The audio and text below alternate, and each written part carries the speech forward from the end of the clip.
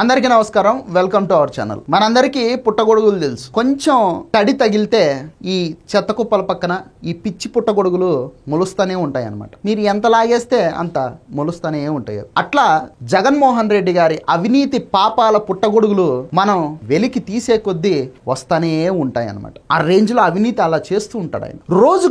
రోజుకొకటి కూటమి ప్రభుత్వం వచ్చిన నాటి నుంచి ఈ 11 నెలల్లో ఈ జగన్మోహన్ రెడ్డి గారు చేసినటువంటి అవినీతి లీలల్ని బయటికి తీయడానికే వాళ్లకు టైం సరిపోవట్లేదు. ఒకవైపు పరిపాలన చేసుకుంటూ, ఒకవైపు శాంతి భద్రతల్ని కంట్రోల్ చేసుకుంటూ, ఒకవైపు రాష్ట్రానికి పెట్టుబడులు తీసుకొని వస్తూ, మరొక వైపు రాష్ట్రంలో రోడ్లు వేసుకుంటూ, పిల్లలకు మంచి చదువుల కోసం అని చెప్పేసి ఈ స్కూల్స్ ను బాగా చేసుకుంటూ, ఉద్యోగ నోటిఫికేషన్లు ఇచ్చుకుంటూ, మరోవైపున ఈ జగన్మోహన్ రెడ్డి అండ్ బ్యాచ్ చేసినటువంటి దోపిడీలను బయటికి తీస్తూ, చేతుల నిండా పని కూటమి నాయకులకు అంత పెట్టి వెళ్ళాడు మన జగన్మోహన్ రెడ్డి గారు. నిన్నటికి నిన్న తాజాగా ఇంకొక స్కామ్ బయటకు వచ్చింది. అది ఏంటి అంటే, జగన్మోహన్ రెడ్డి గారు ఏ రేంజ్ లో ప్రజల యొక్క డబ్బుల్ని స్వాహా చేస్తాడు అనే దానికి బెస్ట్ ఎగ్జాంపుల్స్ గా మనం గతంలో ఈ ఎగ్గు పఫ్ఫుల కోసం 13 కోట్లు ఆయన గారు ఖర్చు పెట్టినటువంటి విషయం మనందరికీ తెలుసు. అలాగే ఆయన గారు మరి ఏమంతా రాసి అలసిపోతారో తెలియదు కానీ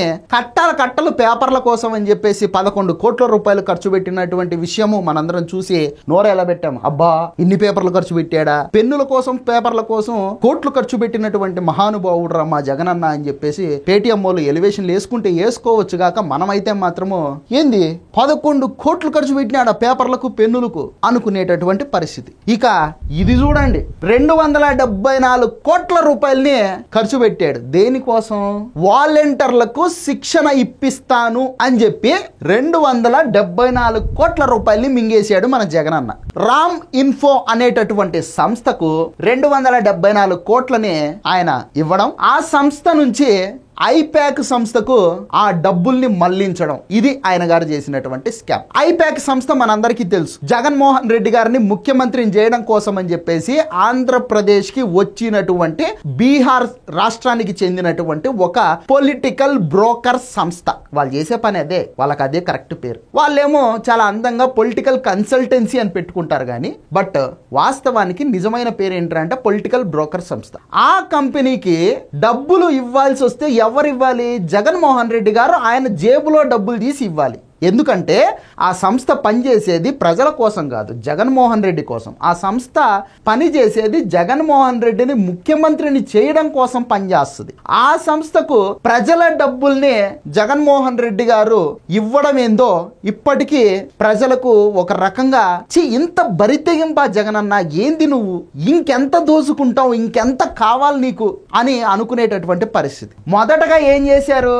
రామ్ ఇన్ఫో అనేటటువంటి సంస్థకు ఈ వాలంటీర్లకు శిక్షణనిచ్చేటటువంటి ప్రోగ్రామ్ అప్పచెప్పారు. అసలు వాలంటీర్లకు శిక్షణ ఇవ్వడం ఏంది? వాలంటీర్లు చేసే పని ఏంది? 1వ తారీఖు 2వ తారీఖు ఇంటింటికి పోయి పెన్షన్లు పంచడం, ఇక మధ్యలో ఈ రేషన్ బండ్లు వచ్చినప్పుడు రేషన్ తూకం వేసి ఇవ్వడం. ఈ పనికి మళ్ళీ ట్రైనింగ్ కూడానా?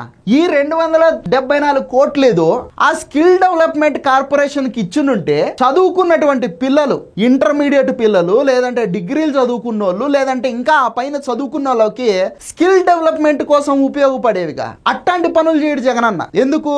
వాళ్ళు ఏదన్నా స్కిల్ డెవలప్ చేసుకొని మంచి ఉద్యోగాలు తెచ్చుకొని బాగుపడినారనుకో జగన్మోహన్ రెడ్డి గారికి ఊడిగం చెయ్యరు కాబట్టి. అదే ఇట్లాంటివి అనుకో సచ్చినట్టు జగనన్న కాళ్ళ దగ్గరే ఓడి ఉంటారు అనమాట. సో అది ఎత్తుగడ. మంచి స్కెచ్ చేసి ఈ రామ్ ఇన్ఫో అనేటటువంటి సంస్థకు సంవత్సరానికి 68 కోట్ల రూపాయలు ప్రజాధనాన్ని చెల్లించింది జగన్మోహన్ రెడ్డి గవర్నమెంట్. వాలంటీర్లకు శిక్షణ ఇస్తాది అనుకుంటే ఆ కంపెనీ అది అసలు కంపెనీనే కాదు, వాలంటీర్లకు ట్రైనింగే లేదు, డొల్ల కంపెనీ.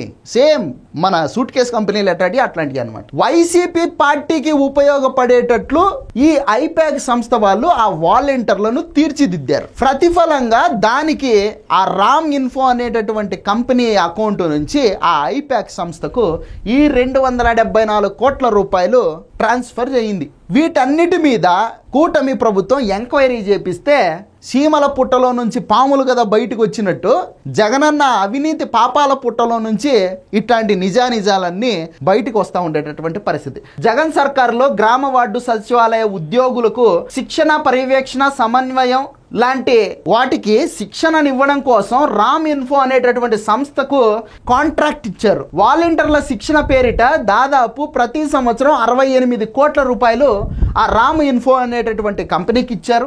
వాలంటీర్లకు రామ్ ఇన్ఫో ఎలాంటి శిక్షణ ఇవ్వకపోయినప్పటికీ కూడా వైసీపీకి ఎన్నికల వ్యూహకర్తగా పనిచేసినటువంటి ఐపాక్ అనధికారికంగా వాళ్లకు ట్రైనింగ్ ఇచ్చింది.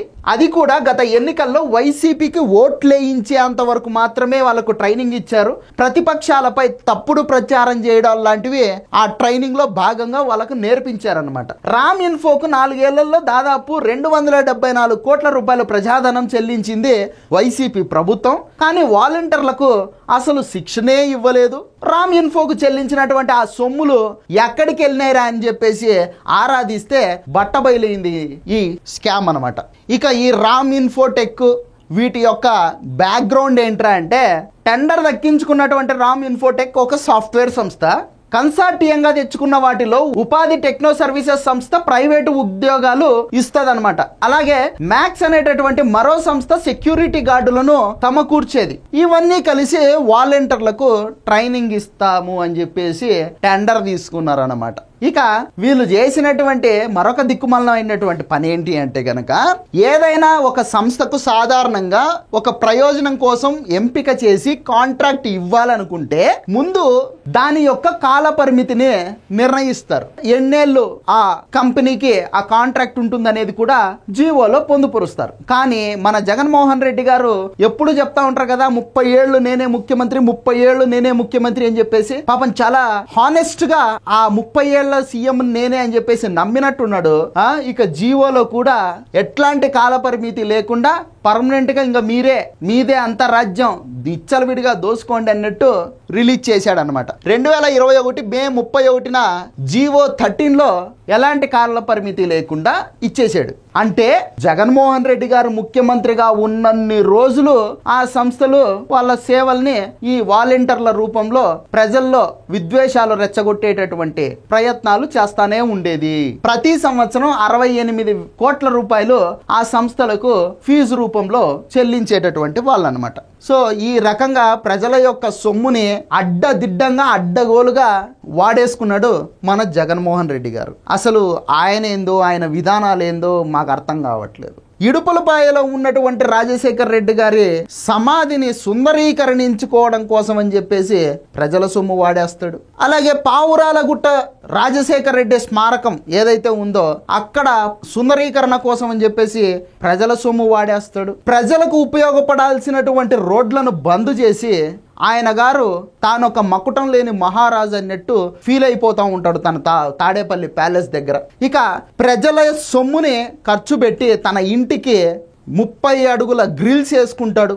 ఎగ్గు పఫ్ఫుల పేర్లతో కోట్లు తినేస్తాడు. పెన్నులు పేపర్ల పేరుతో కోట్లు తినేస్తాడు.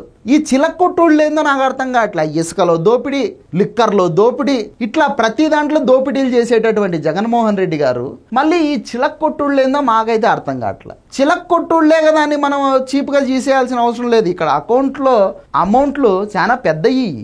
ఈ రేంజ్ లో దోపిడీలకు పాల్పడ్డాడు జగన్మోహన్ రెడ్డి గారు. మళ్ళీ ఈయన గారు ప్రెస్ మీట్లు పెట్టి నా అంత మంచోడు ఎవరు లేరు, నాకు శాలువాలు గప్పండి, నన్ను అవార్డులు ఇండి, నేను అద్భుతమైనటువంటి పరిపాలన చేశాను, కూటమి ప్రభుత్వం మళ్ళీ నెక్స్ట్ వచ్చే ప్రసక్తే లేదు, ప్రజలంతా నా పరిపాలననే కోరుకుంటా ఉన్నారు. ఏంది మీరు చేసేటటువంటి దోపిడీ పరిపాలన కోరుకునే అంతటి దిగజారిపోయినటువంటి స్థితిలో ఉన్నారా ప్రజలు? జగన్మోహన్ రెడ్డి గారు ఈసారి మళ్ళా ముఖ్యమంత్రిగా వచ్చినానంటే బట్టలు ఉడదీసి నిలబెట్టేస్తా అని చెప్పేసి మాట్లాడాలు, బెదిరించడాలు, భయపెట్టడానికి ప్రయత్నం చేయడాలు, ఈ రకంగా సాగుతా ఉంది జగన్మోహన్ రెడ్డి గారి ప్రభ. ఈయన చేసేటటువంటి దుర్మార్గాలకు అద్దు అదుపు లేకుండా పోయింది. గతంలో పురాణాల్లో రాక్షసులు ఉండేవాళ్ళు. వాళ్ళు ఇష్టం వచ్చినట్టు దాడులు చేయడాలు, ధ్వంసం చేయడాలు, విధ్వంసం చేయడాలు, నష్టపరచడాలు, ఇట్లాంటి చేసే పనులు అనమాట. ఆ రాక్షసులకు ఉన్నటువంటి అన్ని రకాల లక్షణాలు మన జగన్మోహన్ రెడ్డి గారిలో ఉన్నాయన్నమాట. ఓ విధంగా చెప్పాలంటే త్రేతాయుగంలో రావణాసురుడు ఎంత పెద్దటి రాక్షసుడో, ద్వాపర యుగంలో కర్ణుడు దుర్యోధనుడు లాంటి వాళ్ళు ఎంత పెద్దటి రాక్షసులో, కలియుగానికి ఈ జనరేషన్ కి ఆంధ్రప్రదేశ్ కి జగన్మోహన్ రెడ్డి గారు అలాగనమాట. సో ఆయనకు శతకోటి వందనాలు. మీలాంటి వ్యక్తిని ఇంకా మేము చూడలేము, మా వల్ల కాదు కూడా చూడ్డానికి. ఆయనని నిలువరించేటటువంటి ప్రయత్నం కూటమి ప్రభుత్వం ఖచ్చితంగా చేయాలి. ఇది వీడియో. ఈ వీడియో నచ్చితే లైక్ చేయండి, సబ్స్క్రైబ్ చేయండి, షేర్ చేయడం మాత్రం మర్చిపోద్దు. Thank you.